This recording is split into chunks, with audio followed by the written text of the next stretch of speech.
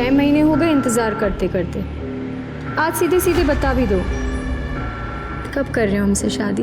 अरे हम प्रॉमिस करते हैं, जैसे ही हमारा तलाक हो जाएगा ना, बस हम पूरी तरह तुम्हारे हैं। ये बात तो हम कब से सुनते आ रहे हैं।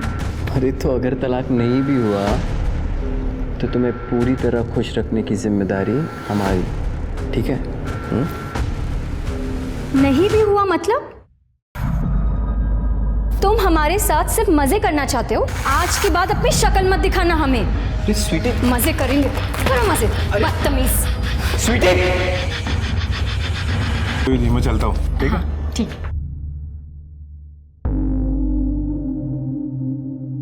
उड़ा लिए गुलछर्रे अपने बॉयफ्रेंड के साथ।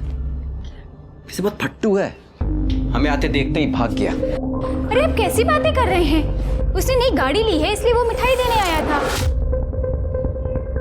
अच्छा, अगर हम अभी घर नहीं आते ना तो उसके साथ कार में घूमने जाने का भी प्लान था ना?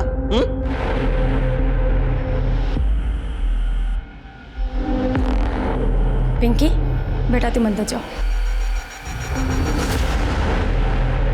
कम से कम पिंकी के सामने तो ऐसी बातें मत बोलिए। तो तलाक क्यों नहीं दे देती हमें? उसके बाद जितने मर्दों के साथ गुलछर्रे उड़ाने हैं ना, उड़ाते रहना। गुलछर्रे हम नहीं, आप उड़ाते हैं बाहर।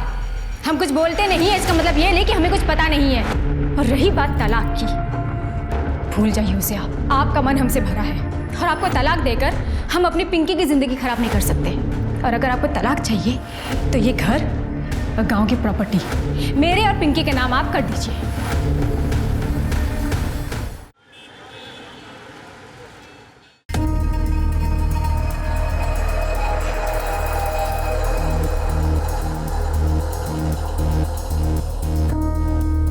मनीषा, दीपक,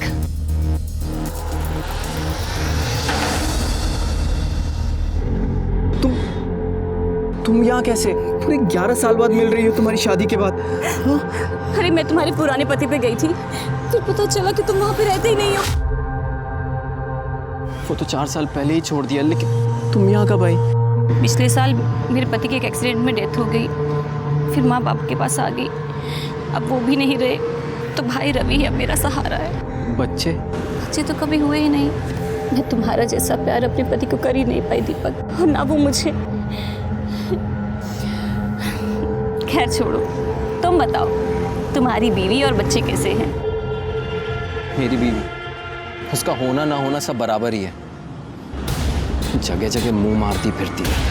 अब लगता है माँ बाप के आगे जिद कर ली होती तो मैं तुम्हारी बीवी होती दीपक। पर अब तो तुम्हारे माँ बाप भी नहीं है बीच में आने के लिए। हम लोग वापस से एक हो सकते हैं मनीषा। 11 साल पहले जो खुशी हम एक दूसरे को देते थे वो आज भी दे सकते हैं।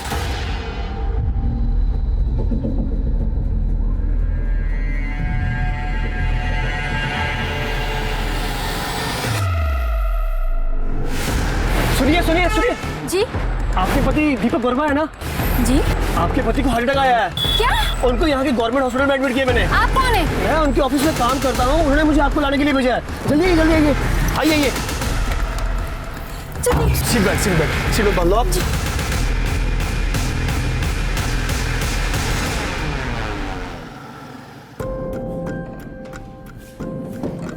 पापा, हाँ, माँ कहाँ है? वो कब आएंगी? कब गई थी? दोपहर में। वो फोन घर पे भूल के गई है। आने तो उसको बताता हूँ अभी। आ गई। तुम यहाँ क्या कर रही हो मनीषा?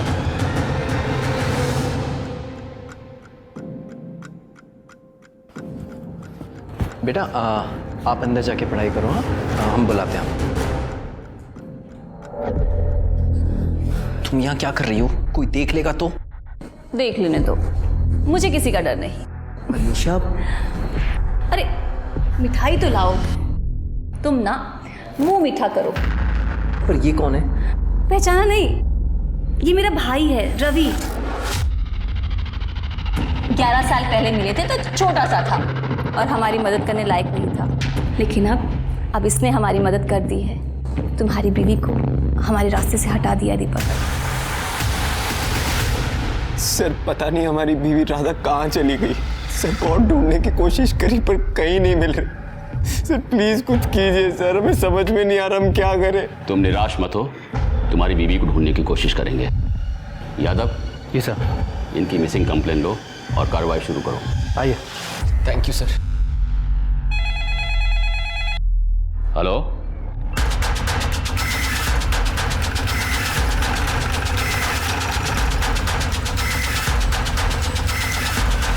आसपास देखो कुछ मिलता है।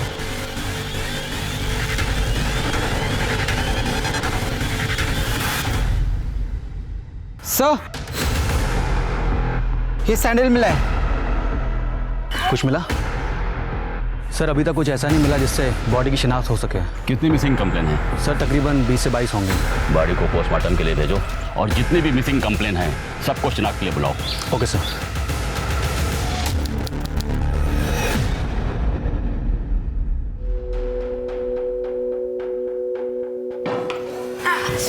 माँ, माँ, कितनी बार कहा है आपको? हमें बुलाया करो ना, हम है ना। बताओ आपको क्या चाहिए? अरे बेटा, इस उम्र में थोड़ी थोड़ी देर में बाथरूम जाना पड़ता है। अब तुझे बार बार तकलीफ देना अच्छा नहीं लगता है। माँ, आपने ऐसे कैसे सोचा? बेटी है तुम्हारी, आप हक से बोलो। जिंदगी भर हमें तो तुम्हें संभालना है। आइए आराम से। अच्छा माँ, हम चलते हैं, आप ध्यान रखिए अपना। ये लो सामान की लिस्ट। आगे से खुद ही जाना सामान लाने के लिए। इतनी बड़ी लिस्ट थमा दी। प्रकाश, ये बाकी के पैसे कहाँ हैं? वो तो खर्च हो गए। क्या 500 रुपये खर्च हो गए? मुझे तुम्हें सामान लेने भेजना ही नहीं चाहिए था। तुम्हें पता नहीं मेरी हालत क्या है। अरे ब्यूटी पार्लर से इतनी इनकम नहीं हो पाती है, और तुमसे ना हम कमाई की उम्मीद ही छोड़ चुके हैं। हम तो कब से कह रहे हैं इस घर को बेच देते हैं, पैसों की दिक्कत भी खत्म हो जाएगी। इतना बड़े घर का करेंगे क्या? एक छोटा सा घर ले लेते हैं और एक अच्छा सा बिजनेस स्टार्ट कर सकते हैं। अरे ऐसे कैसे बेच दे घर? ये हमारा पुश्तैनी मकान है। दादाजी और पापा ने बड़े प्यार से इस घर को बनाया। काफी यादें जुड़ी इस घर से, हम नहीं बेच सकते ऐसे। उन यादों को अचार डालोगी क्या? माँ की तबीयत देखी है, दिन ब दिन बिगड़ती जा रही है। जहाँ भी बैठती है वहाँ पे कपड़े गंदे कर देती है। कम से कम उन पैसों से माँ के लिए एक अच्छी नर्स रख सकते हैं। प्रकाश, अगर तू नौकरी कर लेना तो भी इस घर की हालत सही हो सकती है, समझा? हाँ, मेरे काम करने से सब ठीक हो जाएगा, पर ये घर मत बेचना। तो फिर से शुरू हो गया, और मेरे जीते जी ये घर नहीं बिकेगा, समझे?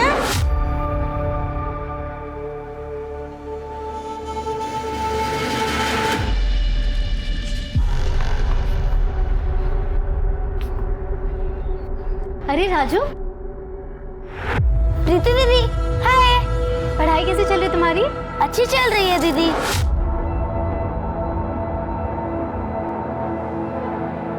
ये लो तुम्हारी चॉकलेट। थैंक यू दीदी। ए, क्या कर रहा है उधर? स्कूल नहीं जाना?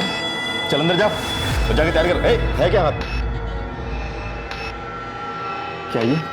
चॉकलेट। कितनी बार कहा है अजनबी लोगों से कुछ मत लिया कर। समझ में नहीं आती बात एक बार नहीं? चल ना।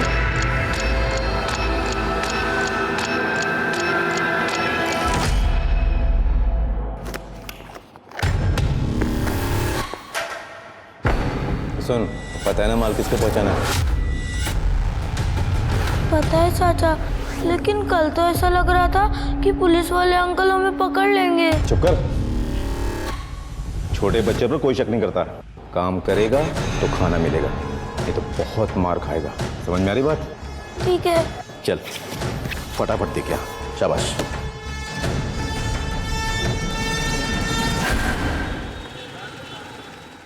खा बेटा। अरे प्रीति, आओ बेटा आओ, तुम्हारी राह देख रहे थे। नमस्ते बुआ जी। नमस्ते बेटा। नमस्ते फूफा जी। खुश रहो बेटा। हाय विनोद भैया।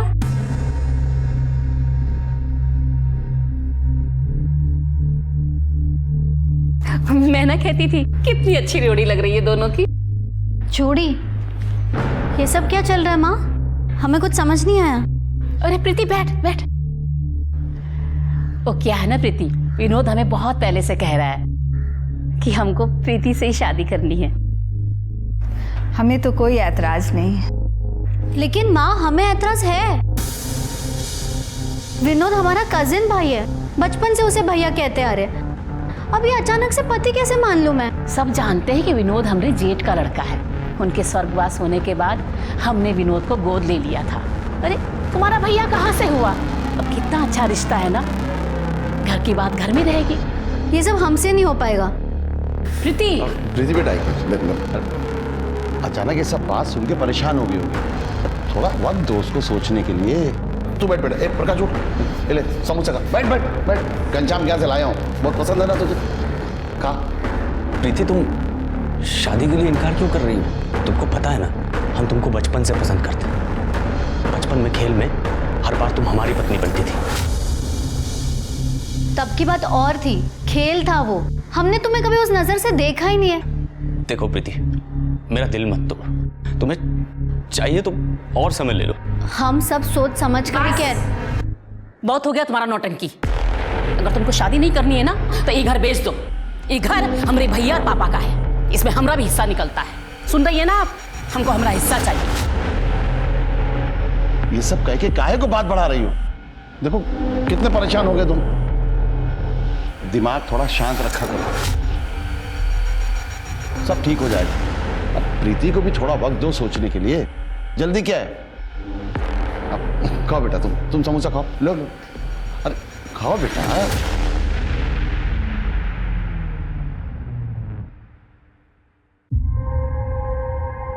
Okay, thank you.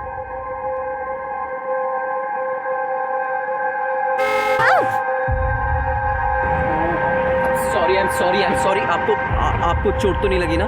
नहीं मैं ठीक हूँ, कोई बात ये नहीं। श्योर ना? हाँ मैं ठीक हूँ। अच्छा सुनिए, मेरा एक बिजनेस है। I mean MK adult diaper की जो एजेंसी है ना, वो मेरे पास ही है। उसी की मैं डिलीवरी करने आया था यहाँ पे। अगर आपकी पहचान में कोई एडल्ट हो जिनको इस तरह की कोई ज़रूरत हो तो प्लीज़ बताइएगा। वो हमारी माँ बीमार रहती है, तो क्या आपका प्रोडक्ट उनको काम आएगा? बिल्कुल आएगा। और सबसे अच्छी बात तो ये है, बहुत ही रीजनेबल है और कंफर्टेबल भी। ये बुजुर्गों को ध्यान में रखकर ही इसे बनाया गया है। वेट, ये लीजिए। ठीक है, कितने पैसे हुए? अरे नहीं, ये तो सैंपल है। आप इसे लेकर जाइए, अपनी मम्मी को बोलिए इसे इस्तेमाल करें। अगर वो कंफर्टेबल होंगी तो नेक्स्ट ऑर्डर आप जब देंगी ना तब मैं पेमेंट ले लूँगा। ओके, ठीक है, थैंक यू। आपका पता? जी, वो कस्टमर फॉर्म भरवाना पड़ता है ना, ये देखिए। अच्छा लिखिए। Thank you.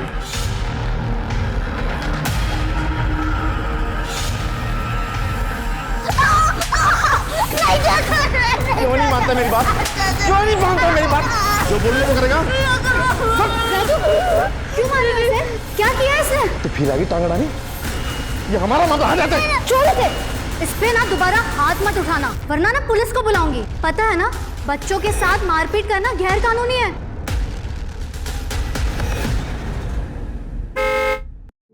प्रीति जी।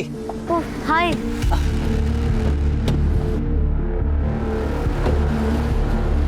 कैसी हैं आप? मैं बिल्कुल ठीक हूँ। और आंटी जी की तबीयत? माँ भी ठीक है। और हाँ, वो डाइपर्स की वजह से काफी सुकून है उनको। Thank God. वो मैं यहाँ पे खाने के लिए आया था। यहाँ बहुत अच्छा पूरी भाजी का स्टॉल है, बहुत फेमस है। आप खाएंगी मेरे साथ? नहीं थैंक यू। क्या नहीं, आइए ना प्लीज, बैठिए। चलते। अरे प्लीज चलिए ना, वैसे भी अकेले खाने का मन नहीं होता है। प्लीज।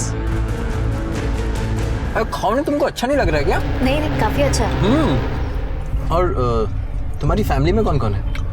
माँ है और भाई है बस। पापा कुछ साल पहले गुजर गए थे। और आपकी फैमिली में कौन कौन है? मेरी जिंदगी में बताने लायक ऐसा कुछ है नहीं। माँ बाप बचपन में ही गुजर गए थे। और बीवी बच्चे? मैं तो खुद अभी बच्चा हूँ। वैसे कोई लड़की मिली ही नहीं आज तक, लेकिन हाँ, जिस दिन मिलेगी ना उस दिन डायरेक्ट शादी ही कर लूँगा। प्रीति? विनोद? कौन है तू? विनोद? अरे निकल रहा हूँ ना, 1 मिनट। विनोद? क्या हुआ? क्या कौन है तू? क्या करता है इसके साथ? हमारी होने वाली बीवी है, समझ गए? विनोद जी क्या बदतमीजी है? ये सेल्समैन है। हमने माँ के लिए डायपर भी इनसे लिए थे। हम जानते हैं इन्हें, मिल गए थे तो पूरी भाजी खाने आए थे बस। पूरी भाजी? हाँ? प्रकाश लेके जा इसको, चल चल, हम करवाते हैं तेरी आशिकी, चल बैठ। क्या देख रहे हो बे? प्रीति के आसपास भी नजर आए ना, जिंदा गाड़ देंगे तुमको। ये जो डायपर लेके घूमते रहते हो ना, वो तुम्ही को पहनना पड़ेगा, समझ गए? चल चल निकल।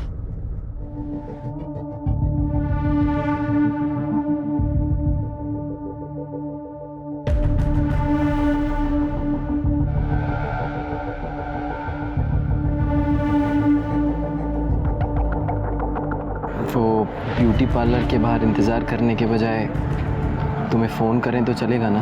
हाँ चलेगा, लेकिन मैं तुम्हें दूसरा नंबर देती हूँ। वो क्या ना, विनोद मेरा फ़ोन चेक करता है। ठीक है, और हमारा पुराना नंबर भी ना बंद हो गया है, तो हम तुम्हें नए नंबर से फ़ोन करेंगे, ठीक है? ठीक है।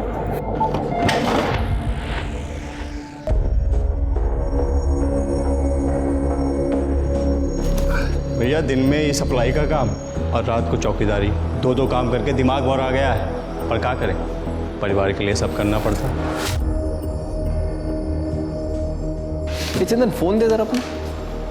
क्या बात, नई लौड़िया पटाए हो का? भैया मौज तो आप ही ले रहे हैं, आज ये कल वो परसों कोई और हैं? हाँ, वो हम मनोहर लॉज जा रहे थे क्लाइंट से मिलने के लिए। अगर तुम फ्री हो तो वहीं आ जाओ, वहीं से फिर घूमने चलेंगे।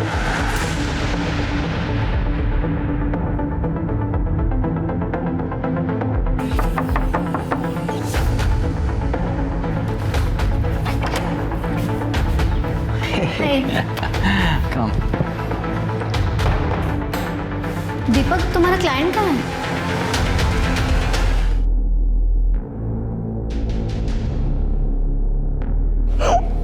क्या हुआ? पापा, आंटी मुझसे बहुत काम करवाती है, मुझे होमवर्क भी नहीं करने देती। बेटा वो तुम्हारी माँ है, माँ की तो सेवा करनी चाहिए ना। चलो जाओ, अभी अंदर जाओ, और आगे से ना इन सब बातों के लिए मुझे परेशान मत करना, ठीक है? चलो जाओ। आज भी खाना बाहर से खाकर आए हो दीपक? अरे आज भी ज्यादा काम था इसलिए बाहर ही खा लिया। दीपक, जब से मैं प्रेग्नेंट हुई हूँ तुम मुझे अच्छी तरह देखते भी नहीं हो। तुम्हारा कहीं बाहर चक्कर तो नहीं चल रहा है ना? कितना शक करती हो तुम? हम अभी भी सिर्फ तुमसे प्यार करते हैं, और अगर सबूत चाहिए तो चलो अंदर। अरे इस हालत में नहीं दीपक, डॉक्टर ने मना किया है। तुम्हारे ना यही नखरे पसंद नहीं है मुझे। दीपक,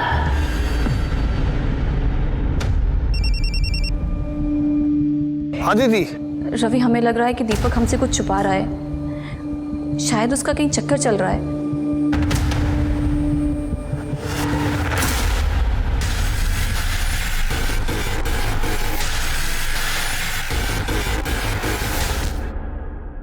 सर, हमारी बहन प्रीति कल शाम से घर नहीं आई है। उसके ब्यूटी पार्लर से पता चला है कि वो कल 6 बजे वहाँ से निकल चुकी थी।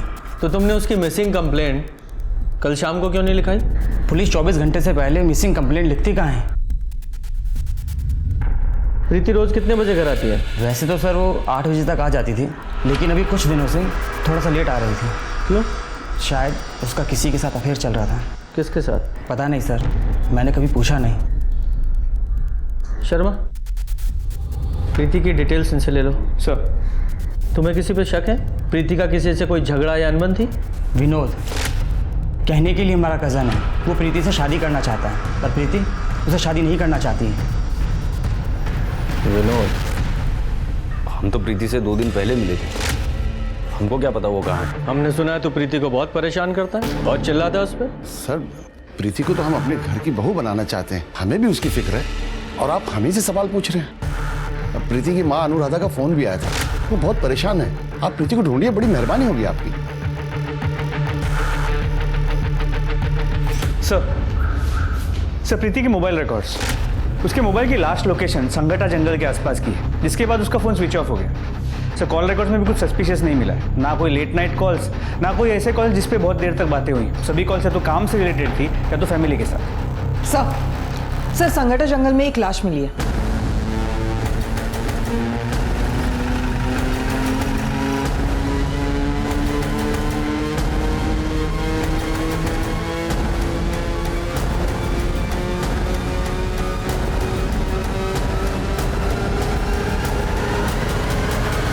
जरा चेक करो।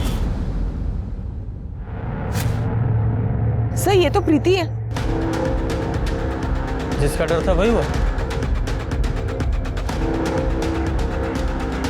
सर इसका सिर फटा हुआ है, शायद किसी भारी चीज से वार किया गया है। सर ये सैंडल दिखी, मतलब वो सैंडल भी प्रीति की थी और वो यहाँ से कुछ दूरी पे मिली, मतलब बहुत ज़्यादा चांसेस है प्रीति यहाँ भाग कर पहुँची। हाँ तो ये प्रीति यहाँ जंगल में क्यों भाग रही थी? कहीं ऐसा तो नहीं कि प्रीति का किसी ने किडनैप कर लिया हो और बाद में जब उसका किडनैपर यहाँ उसे मारने के लिए ला रहा हो तो ये बचकर भाग निकली। किडनैपर ने उसका पीछा किया और इस स्पॉट पे आके उसे दबोच लिया और मार डाला। सर ये मोबाइल और ये पर्स मिला है। मोबाइल को एविडेंस बैग में डालो और साइबर सेल में भेजो। सर नहीं सर, कुछ नहीं। गुप्ता, बॉडी को पोस्टमार्टम के लिए भेजो। सर प्रीति की पोस्टमार्टम रिपोर्ट के मुताबिक उसकी मौत 22 फरवरी की रात 6 से 9 बजे के बीच हुई है। मौत की वजह सर पे भारी चीज, मतलब हथौड़े जैसी किसी चीज से कई बार वार किया गया है। शर्मा, प्रीति की 22 फरवरी की सारी टावर लोकेशन निकालो और सीसीटीवी फुटेज का क्या हुआ? सर जंगल के आसपास तो कोई सीसीटीवी कैमरा नहीं मिला। प्रीति के घर के आसपास कुछ कैमरास मिले हैं, एक टीम उसकी फुटेजेस को खंगाल रही है। सर हमने प्रीति की ब्यूटी पार्लर क्रॉस चेक किया, लेकिन प्रीति अपने पार्लर से करीब 6 बजे के आसपास निकल गई थी। फिर वो संगठा के जंगल में कैसे पहुंची? शर्मा, उस एरिया के जितने भी हिस्ट्री शीटर हैं सबको उठाओ। प्रीति के भाई ने बताया था प्रीति का किसी के साथ अफेयर था। सर उसने कहा तो था, लेकिन कॉल रिकॉर्ड्स में ऐसी कोई बात सामने नहीं है।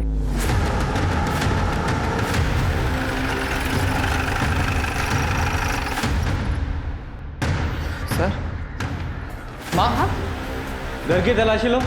सर क्या ढूंढ रहे हैं साहब? किस चीज़ की तलाशी? सर क्या ढूंढ रहे हैं आप? तलाशी के बाद बताते हैं।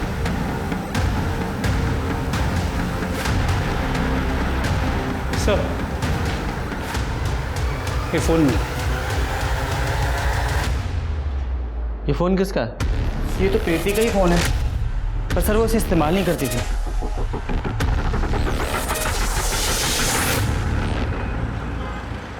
ठीक है सर प्रीति के पुराने फ़ोन को चेक किया, पिछले 1 महीने से वो सिर्फ एक नंबर से बात कर रही थी। सर वो नंबर किसी चंदन मिश्रा के नाम पे रजिस्टर्ड है। उठा के लाओ उस चंदन मिश्रा को। सर साहब उस दीपक सिन्हा का अफेयर चालू था प्रीति के साथ। उससे बात करने के लिए वो हमारा फ़ोन इस्तेमाल करता था, कभी कभी तो खुद ही जेब से निकाल लेता था साहब। पुरानी जान पहचान थी तो हमने मना भी नहीं किया, इसके अलावा हम कुछ नहीं जानते साहब। हमने कुछ नहीं किया साहब। कुछ अच्छी कहानी है। कहानी नहीं है साहब। ये देखिए साहब, ये है दीपक सिन्हा। शर्मा, इस दीपक सिन्हा की पूरी डिटेल्स निकालो।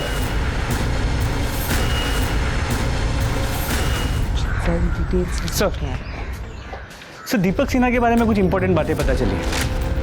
दीपक सिन्हा की 2 शादियां हुई। उसकी पहली बीवी राधा 8 महीने पहले 14 जून को अचानक से गायब हो गई। दीपक सिन्हा ने शिवनगर पुलिस स्टेशन में उसकी मिसिंग कंप्लेंट भी दर्ज की। लेकिन सर ताज्जुब की बात यह है कि राधा के गायब होने के 1 महीने के अंदर दीपक ने दूसरी शादी कर ली, मनीषा के साथ। इंटरेस्टिंग। सर अभी दीपक मनीषा और अपनी पहली बीवी से हुई बेटी पिंकी, उनके साथ शिवनगर में ही रहता है। शर्मा, शिवनगर पुलिस स्टेशन में जाके पता करो कि राधा मिसिंग केस का क्या हुआ। सर जिस दिन दीपक ने राधा की मिसिंग कंप्लेन लिखाई थी उस दिन कमला नगर में एक जली हुई लाश मिली थी। चेहरा पूरी तरह जला हुआ था। पोस्टमार्टम रिपोर्ट से पता चला 25 से 30 साल की औरत थी। गला घोंटकर उसको मारा गया। मैंने कुछ लोगों को बुलाया था बॉडी की शिनाख्त के लिए। बॉडी के पास हमें चप्पल मिली है, क्या आप लोग इसे पहचानते हैं? ये तो शुभांगी की चप्पल है। शुभांगी, हमारी बेटी की लाश। नहीं सर, ये हमारी बीवी नहीं है सर। पता नहीं हमारी राधा के साल में होगी।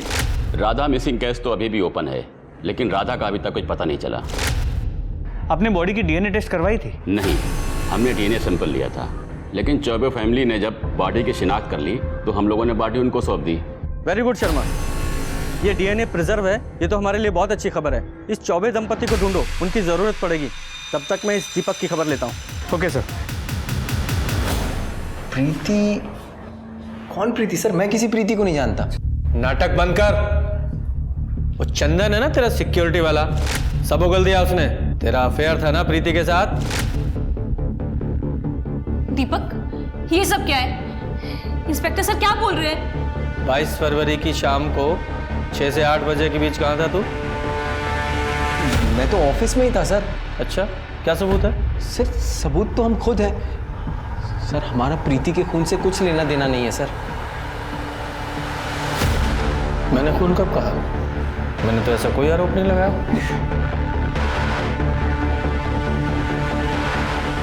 तो तुम्हारी बेटी? जी सर। जब तक प्रीति के कातिल नहीं पकड़े जाते शहर छोड़ के मत जाना।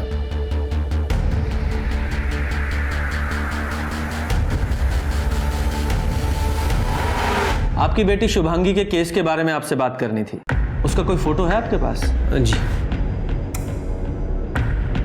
सर, हम बहुत परेशान थे। हमने उस चप्पल को देखकर उस जली हुई लाश को अपनी बेटी मान लिया था, लेकिन सर हमें लगता है कि हमारी बेटी आज भी जिंदा है। ऐसा क्यों लगता है आपको? पिछली दिवाली को एक फ़ोन आया था और उस फ़ोन पे एक लड़की के रोने की आवाज़ आ रही थी और सर वो लड़की मुझे पापा बोल रही थी। लेकिन सर अचानक से ही कॉल कट गया। हमने उस नंबर पर कई बार कॉल किए पर किसी ने फ़ोन नहीं उठाया। हमें लगा ये हमारा वहम है। उस वक्त भी हमें शक था कि शुभांगी किसी लड़के के साथ भाग गई है। पूजा, जरा चेक करो इन लोगों का शक सही है या नहीं। सर। शर्मा, इन दोनों के डीएनए सैंपल ले लो और जरा मैच करा के देखो। सर।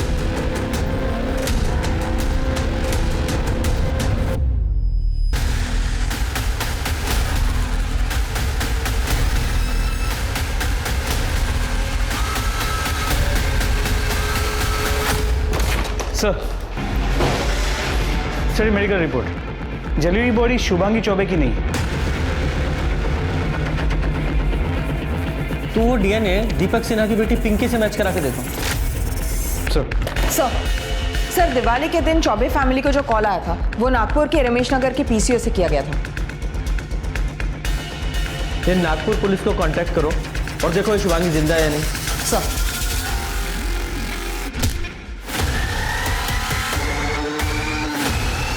लीजिए भाभी, खाना खा लीजिए। ऐसे कब तक चलेगा भाभी? ऐसे में आपकी तबीयत और खराब हो जाएगी। खा लीजिए। अब भगवान की इच्छा के आगे किसका जोर चला है भाभी जी। हम भी तो प्रीति को अपने घर की बहू बनाने का सपना देख रहे थे, सब मिट्टी में मिल गया। जिसने भी ये किया है भगवान माफ नहीं करेगा उसको। जाने वाले के साथ मरा तो नहीं जाता ना। हम है, प्रकाश है, हम सब आपका ख्याल रखेंगे। तो वैसे प्रकाश है कहाँ? हाँ ठीक है, जाओ जरा आसपास चेक करो, बॉडी चेक करो। सर ये तो प्रकाश है, प्रीति का भाई। एक ही परिवार के दो लोगों का खून होना ये कोई इत्तेफाक नहीं हो सकता। जरूर इसके पीछे कोई गहरी साजिश है। सर इसके सिर पे भी वार किया गया है, घाव गहरा नहीं है लेकिन ये चद्दर पे खून के निशान है और सर ये गले पे रस्सी के निशान है। ये देखकर लग नहीं रहा है ये क्राइम सीन है। सर ये चद्दर पे से बाल मिला है। इसे लैब में भेजो सर। और चादर को भी लैब में भेजो और बॉडी को पोस्टमार्टम के लिए भेजो।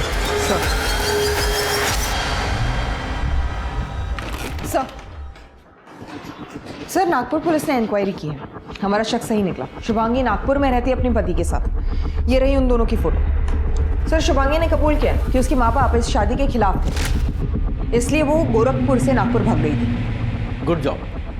इस शुभांगी को गोरखपुर आने के लिए बोलो। सर।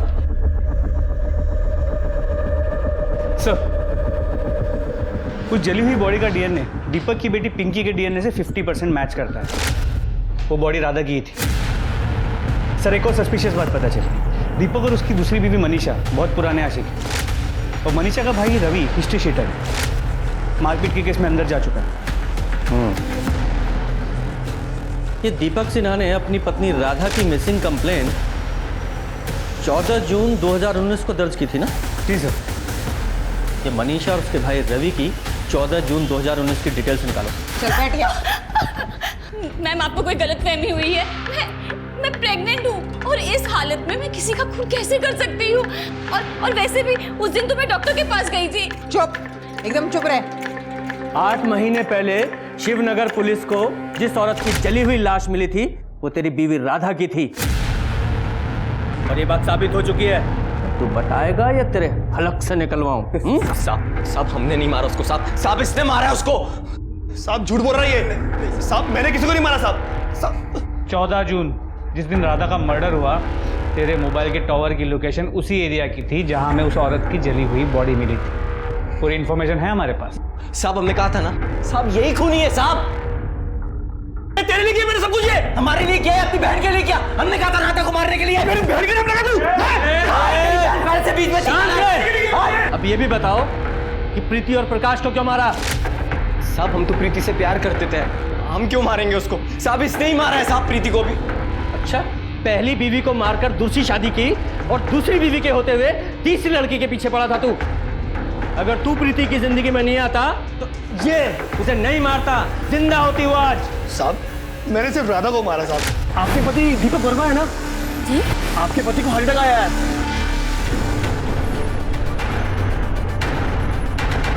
उसके अलावा मैंने किसी को नहीं मारा साहब इसे नहीं मारा होगा ये। 22 फरवरी की शाम 6 से 9 के बीच कहाँ था तू? साहब मैं तो शादी में गया था साहब।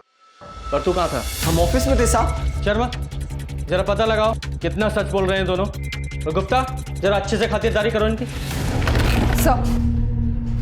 सर शुभांगी को शिवनगर पुलिस स्टेशन में स्टेटमेंट देने के लिए भेजा और ये प्रकाश की पोस्टमार्टम रिपोर्ट। सर रिपोर्ट के हिसाब से उसकी मौत गला दबाने की वजह से हुई, लेकिन मौत से पहले उसके सिर पे किसी भारी चीज से वार किया गया था।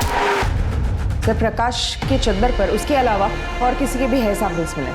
सर आनंद नगर में जो सीसीटीवी कैमरास मिले थे उनमें से 2 कैमरा की फुटेज में कुछ ऐसा मिला है जो काफ़ी सस्पिशियस है। दिखाओ।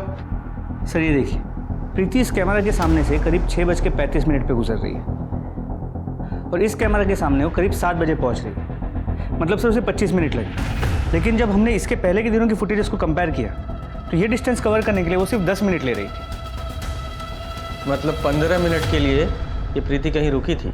लेकिन सर उस रास्ते पे सिर्फ एक बंद घर है, वहाँ क्या करने गई? ये तो पता लगाना पड़ेगा।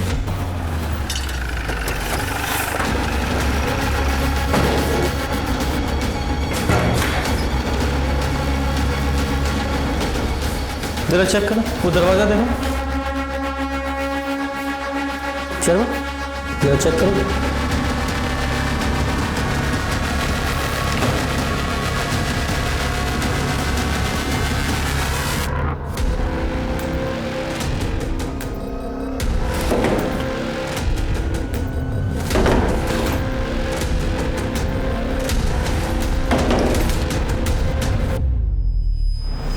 Raju Singh, 6th division, room number 105, Shankar road, Anand नगर।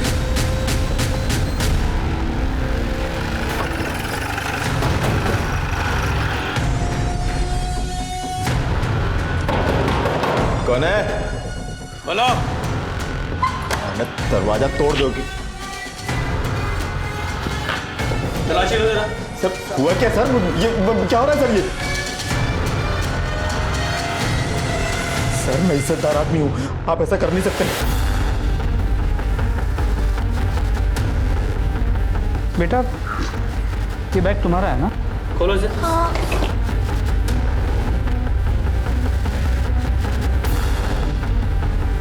तुम्हारे बैग में ये कट्टा कहाँ से आया? बताना कहाँ से आया? कट्टे स्मगल करने के लिए बच्चे का इस्तेमाल करता है तू? हाँ? बोल। सर ये देखिए क्या मिला। इज्जतदार आदमी है तू? ये है तेरी इज्जत? बेटा जरा 22 तारीख को प्रीति दीदी से मिले थे। हाँ। अरे राजू, इस समय स्कूल के कपड़े में और ये स्कूल बैग लेकर कहाँ जा रहा है? अरे भाग क्यों रहा है? तेरा बैग क्यों इतना भारी है? क्या है इसमें? ये कट्टा ये तेरे पास कैसे आया? तेरे चाचू ने दिया ना तुझे ये? हाँ।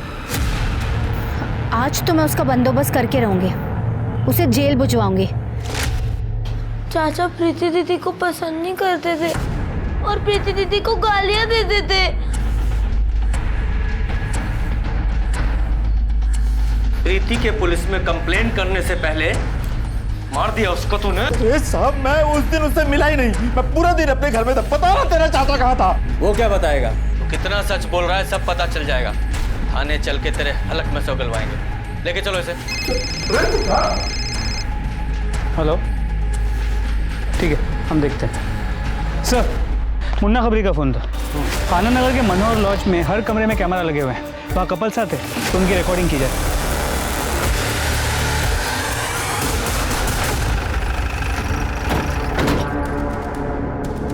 शर्मा, मैनेजर को लेके आओ। पूजा, हर एक रूम में बताओ कि हिडन कैमरे लगे हुए हैं, कोई पैनिक नहीं चाहिए। अब लोग जाओ, तलाशी लो। अरे साहब हमने क्या किया बता दो साहब। बट मैंने किया क्या है साहब? अभी पता चलेगा। गुप्ता, बाकी कमरे चेक करो। सर, ये 2 कैमरास मिले, बाकी कमरे चेक हो रहे हैं। क्या है ये? बोल वरना मार मार के टमाटर की तरह तुझे लाल कर दूंगा। बताता हूँ साहब, हम तो सिर्फ यहाँ पे काम करते हैं साहब। हमें कहा गया था कि इस वीडियो रिकॉर्ड करके उसकी कॉपी बना के एक आदमी को भेजते रहे। वो आदमी हमें उस वीडियो के बदले अच्छे पैसे देता है साहब। कौन है वो आदमी?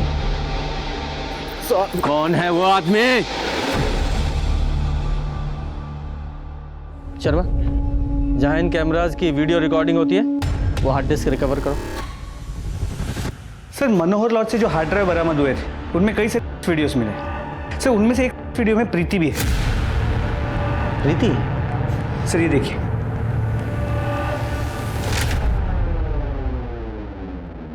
कोई नहीं है, सिर्फ मैं हूं तुम्हारा आशिक।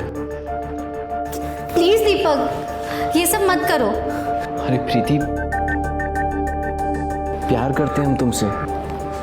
और कुछ नहीं होगा।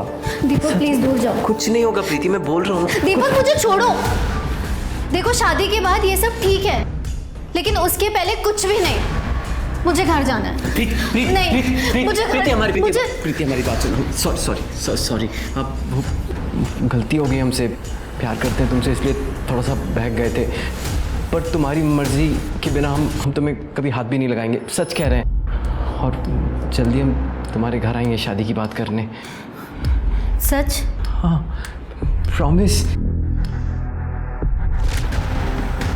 उठा के लाओ इन मर्डर्स के मास्टरमाइंड को। सर,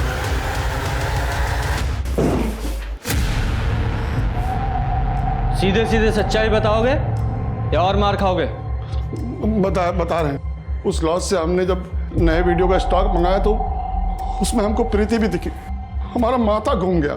इसलिए घर जाते वक्त प्रीति को हमने बात करने के बहाने गाड़ी में बैठाया और जंगल के पास लेकर गए। ये सब काम करती हो तुम? होटल में जाके रंगरलियां मनाती हो, कल को रास्ते में खड़े करोगे। ये घटिया काम तुम्हें पसंद है पर मेरा बेटा नहीं। देखिए फूफा जी, हमसे ना तमीज से बात कीजिए, और ये हमारा पर्सनल मामला है, आप बीच में मत पड़िए। तो जिसके साथ मुंह काला कर रही है ना होटल में, वो दीपक वर्मा शादीशुदा है। वो 2 शादी की है उसने। उल्लू बना रहा है तुझे। झूठ बोल रहे हैं आप। और ये वीडियो दिखा के आप क्या बताना चाहते हैं? लॉज में कैमरा लगा हुआ था ना, ये सब आपको कैसे पता चला? आप पहले खुद के कैरेक्टर को देखो कि आप कैसे हो। फूफा जी, आपकी जो ये असलियत है ना, मैं सबको बताऊंगी। देखना, मैं सबको बताऊंगी।